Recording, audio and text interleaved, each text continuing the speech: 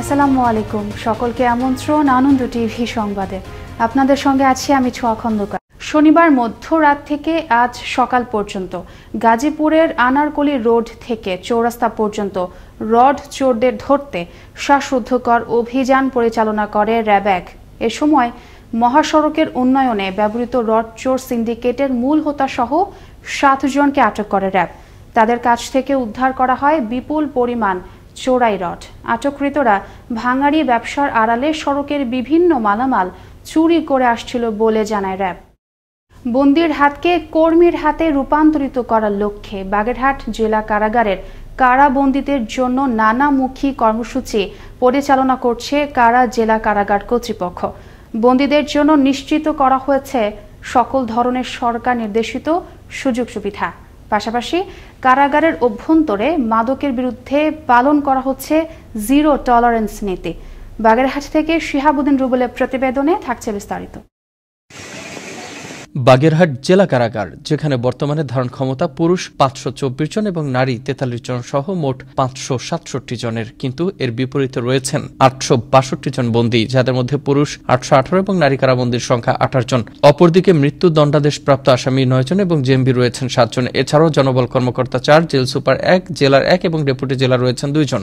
এছাড়াও কর্মচারী রয়েছে কারাগারে 83 জন। কারাগারে অবস্থানরত বন্দীরা সরকারি খাবারের পাশাপাশি ক্যান্টিন থেকে নির্ধারিত মূল্যে বৈধ দ্রব্যাদি ক্রয় করতে পারেন। পাশাপাশি বন্দীদের চিত্ত বিনোদনের জন্য প্রতিটি ওয়ার্ডে টেলিভিশনও রাখা হয়েছে, এমনকি সঙ্গীত চর্চারও রয়েছে ব্যবস্থা। গণশিক্ষা ও পবিত্র কোরআন শিক্ষাও দেওয়া হয় এখানে। কারাগার থেকে বের হয়ে আসা ব্যক্তিরাও জানালেন অভ্যন্তরীণ পরিবেশের কথা। কারাগারে ছিলাম, এখানে খাওয়া দাওয়া সবকিছু ভালো আছে এবং এখানে লেখাপড়া সব দিক থেকে ভালো আছে। 3 মাস 5 দিন রয়েছে, খুব ভালো, খাওয়া দাওয়া সব কমপ্লিট, এত সুন্দর বাড়ির মতো আছি ওখানে। সরকার নির্দেশিত সকল সুযোগ সুবিধাই নিশ্চিত করা হয়েছে বাগেরহাট জেলা কারাগারে, বললেন কারাগারটির জেলার AKM মাসুম। সরকার নির্দেশিত যেসব সুযোগ সুবিধা রয়েছে সেগুলো আমরা নিশ্চিত করছি। তার মধ্যে বলতে পারেন যেমন তাদের খাওয়া দাওয়া, তাদের চিকিৎসা ব্যবস্থা। সরকারি নির্দেশনা ও কারা মহাপরিদর্শকের পরামর্শ করোনাকালীন কঠিন পরিস্থিতিতেও সবাই ছিল সুরক্ষিত। করোনাকালীন এই ইস্যুয়ে আমরা সরকারের যেসব নির্দেশনা এবং আমাদের কারা মহাপরিদর্শক মহোদয়ের নির্দেশনা মোতাবেক আমরা স্বাস্থ্যবিধি মেনে সমস্ত কিছু আমরা করেছি। এছাড়াও বন্দীদের আবদারও পূরণ করে বাগেরহাট জেলা কারাগার কর্তৃপক্ষ, সে কথাও জানালেন জেল সুপার কামরুল হুদা। তারা দই মিষ্টি খাওয়ার আবদার জানিয়েছিল, সেটাও তাদেরকে খাওয়াছে এবং যার কারণে তারা যথেষ্ট প্লিজড এবং এই অনুষ্ঠানগুলো হয়েছে, যেটা আমাদের বিজ্ঞ জেলা ম্যাজিস্ট্রেট মহোদয় পরিদর্শনকালীন আমরা করেছি। এদিকে মাদকের বিরুদ্ধে রয়েছে জিরো টলারেন্স। মাদক বহন, সেবন ও সরবরাহ যাতে কেউ করতে না পারে সেজন্য দেওয়া হয়েছে কঠোর নির্দেশনা। এছাড়াও নিশ্চিত করা হয়েছে অন্যান্য সুবিধা, জানালেন বাগেরহাট জেলার জেলা প্রশাসক। বাগেরহাট কেন্দ্রীয় কারাগারে কঠোর অবস্থানে আমরা আছি, যাতে কোনোভাবেই মাদক কেউ বহন করতে না পারে, কোনোভাবে কারাগারে ঢুকতে না পারে এবং ভিতরে কেউ মাদক সেবন করতে না পারে।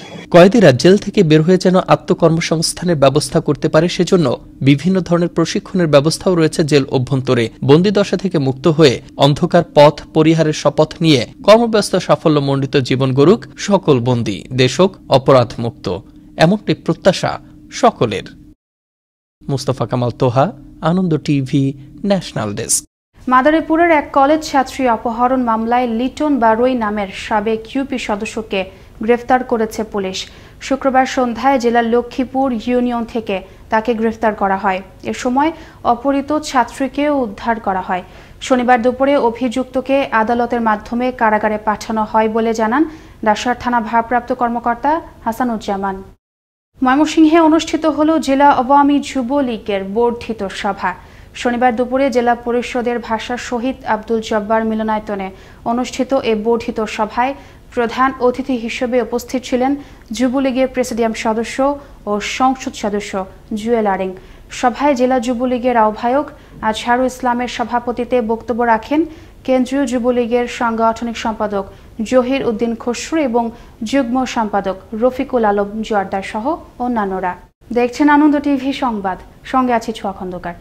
শুক্রবার বিকেলে ছিনতাইকারীদের ছুরিকাঘাতে শিক্ষক ও শিক্ষার্থী গুরুতর আহত হওয়ার প্রতিবাদে রংপুর বেগম রোকেয়া বিশ্ববিদ্যালয়ের সামনে 2 ঘণ্টা সড়ক অবরোধ করে রাখে শিক্ষক শিক্ষার্থীরা। পরে প্রশাসনের আশ্বাসে অবরোধ তুলে নেওয়া হয়। এ সময় সিফাত নামের এক ছিনতাইকারীকে আটক করে পুলিশ। আগামীকাল থেকে সশরীরে পাঠদান কার্যক্রমের জন্য প্রস্তুত নারায়ণগঞ্জের শিক্ষা প্রতিষ্ঠানগুলো। সরকারি নির্দেশনা অনুযায়ী চলবে এ পাঠদান কর্মসূচি। তবে প্রতিদিন নয়, শ্রেণীবিন্যাসের মাধ্যমেই চলবে এই কার্যক্রম। এছাড়া স্বাস্থ্যবিধির ওপর দেয়া হচ্ছে বাড়তি গুরুত্ব। নারায়ণগঞ্জ থেকে সহকর্মী সৈয়দ সিফাত লিঙ্কনের প্রতিবেদনে থাকছে বিস্তারিত।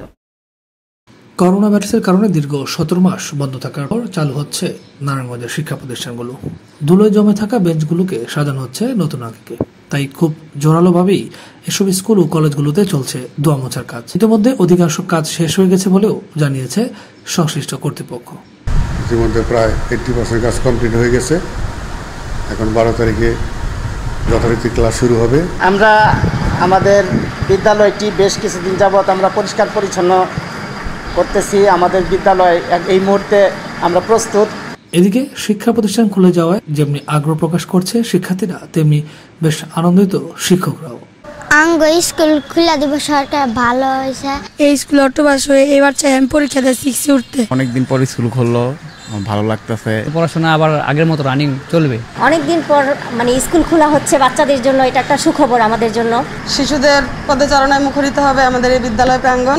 অন্যদিকে শারীরিকভাবে ত্রুটি থাকলেও মনের জোরকে কাজে লাগিয়ে সশরীরে পাঠদানের মাধ্যমে পড়াশোনায় অনেক মনোযোগী হওয়া যায় বলে মন্তব্য করেছেন কলেজ পড়ুয়া রাহাত। আমি মনে করি যে অনলাইনের পড়াটায় মনোযোগ বসে না হয়তো বা অনেক সময়। আমরা অনলাইনের মাধ্যমে আমরা পড়াশোনা করেছি, কিন্তু হয়তো বা কিছু কিছু সময় আমাদের কিছু ব্যাঘাত ঘটেছে। এদিকে শিক্ষার্থীদের স্বাস্থ্যবিধি নিশ্চিত করতে সকল প্রস্তুতি সম্পন্ন হয়েছে বলে জানিয়েছে জেলার অন্যতম এই শিক্ষা প্রতিষ্ঠানের অধ্যক্ষ। আমাদের প্রবেশ পথেই হাত ধোয়ার ব্যবস্থা রাখা হয়েছে এবং মাস্ক পরে যাতে সবাই আসে, আমাদের শিক্ষকরা এবং আমরা সবাই এই বিষয়ে দায়িত্ব পালন করব। জানা গেছে এই জেলার প্রাথমিক ও মাধ্যমিক সহ 847 শিক্ষা প্রতিষ্ঠান রয়েছে। এতে 6 লক্ষের মতো শিক্ষার্থী বিভিন্ন স্কুল, কলেজ ও মাদ্রাসায় অধ্যয়ন করত। আর সরকারি উদ্যোগে টিকাদান কর্মসূচি অব্যাহত থাকায় কোভিড-19 পরিস্থিতি কিছুটা নিয়ন্ত্রণে আসায় দীর্ঘ 1.5 বছর পর খুলে দেওয়া হলো সকল শিক্ষা প্রতিষ্ঠান। কোভিড-19 সংক্রমণ রোধে প্রতিটি প্রতিষ্ঠানই স্বাস্থ্য সুরক্ষায় শিক্ষার্থীদের জন্য নেওয়া হয়েছে সর্বোচ্চ ব্যবস্থা। তবে সচেতন মহল মনে করছেন শিক্ষার্থী ও শিক্ষকের পাশাপাশি অভিভাবকদেরকেও স্বাস্থ্য সুরক্ষায় সচেতন অবলম্বনে পালন করতে হবে গুরুত্বপূর্ণ ভূমিকা। সৈয়দ সিফাত লিঙ্কন, আনন্দ টিভি, নারায়ণগঞ্জ। এদিকে শিক্ষা প্রতিষ্ঠানগুলো খুলে দেওয়ার ঘোষণায় আনন্দিত গাজীপুরের শিক্ষার্থীরাও। নতুন পোশাক ও স্কুল নির্ধারিত ইউনিফর্মের অর্ডার দিচ্ছেন শিক্ষার্থী ও অভিভাবকরা। এতে টেইলার্সগুলোতে বাড়ছে ভিড়। তবে জেলা শিক্ষা অফিস বলছে, যদি কেউ ইউনিফর্ম ছাড়াও ক্লাসে আসে তবুও যেন তাকে ক্লাস করতে দেয়া হয়। গাজীপুর থেকে খোরশেদ আলম খানের তথ্য, ভিডিওচিত্র থাকছে বিস্তারিত। সরকারের ঘোষণা অনুযায়ী 12 সেপ্টেম্বর পর্যন্ত বন্ধ থাকা সকল শিক্ষা প্রতিষ্ঠান খুলবে, এমন সংবাদে উচ্ছ্বসিত ছাত্রছাত্রী ও অভিভাবকরা। নতুন স্কুল, নতুন বই, নতুন জুতা ও নতুন পোশাকে বিদ্যালয়ে যাবে। এ নিয়ে সারা দেশের মতো আনন্দ বিরাজ করছে গাজীপুরের কালীগঞ্জ ও কাপাসিয়ার কয়েকটি স্কুলেও। দীর্ঘদিন বিদ্যালয় বন্ধ থাকায় কারো কারো স্কুল ড্রেস অযত্নে রাখায়, কারো বা আবার আগের স্কুল ড্রেস জুতছুই না হওয়ায় অর্ডার করতে হচ্ছে নতুন ড্রেস। তাই শিক্ষা প্রতিষ্ঠান খোলার খবরে অভিভাবকরা তাদের সন্তানদের স্কুল নির্ধারিত নতুন পোশাক বানাতে জেলার বিভিন্ন টেইলার্সে ভিড় করছেন। 12 তারিখ থেকে স্কুল খোলা, এই জন্য অনেক বাচ্চাদের স্কুল ড্রেস বানানোর জন্য আমরা এখন ব্যস্ত সময় পার করছি। আগের স্কুল ড্রেস ছোট হয়ে গেছে, এর জন্য আমি নতুন স্কুল ড্রেস অর্ডার দিতে দর্জি দোকানে এসেছি। দীর্ঘদিন কলেজ বন্ধ থাকার কারণে আমার ড্রেস সব নষ্ট হয়ে গেছে, তার জন্য আমি দর্জির দোকানে আসছি।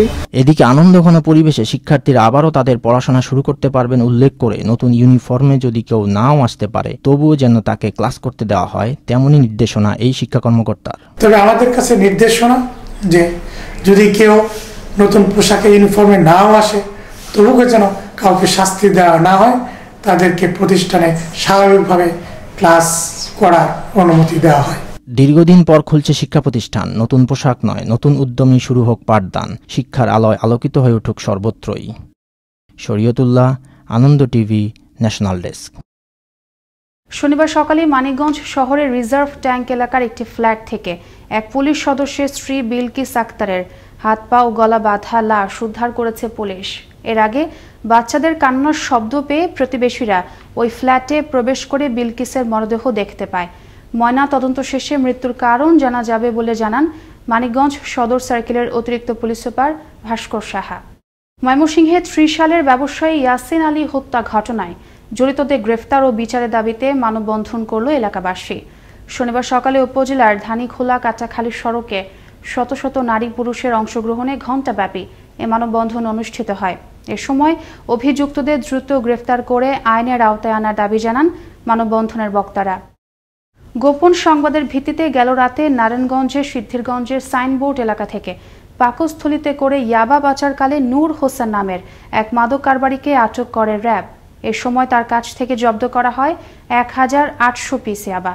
আটক নূর হোসেন পাকস্থলীতে করে অভিনব কায়দায় দেশের বিভিন্ন স্থানে মাদক সরবরাহ করে আসছিল। শনিবার দুপুরে র্যাব ১১ এর গণমাধ্যম কর্মকর্তা কমান্ডার মাহমুদুল হাসান এ তথ্য নিশ্চিত করেন। কুমিল্লার বুড়িচংয়ে পাথর বোঝাই ট্রাকের চাপায় এক রিকশা চালক সহ মৃত্যু হল ৩ জনের। শনিবার সকাল ৬টায় কুমিল্লা সিলেট আঞ্চলিক মহাসড়কের সাহেব বাজার এলাকায় ঘটে দুর্ঘটনা। খবর পেয়ে নিহতদের মরদেহ উদ্ধার করে হাসপাতালের মর্গে পাঠায় পুলিশ। এ ঘটনায় ঘাতক ট্রাক ও চালক হেলপার সহ ৩ জনকে আটক করা হয়।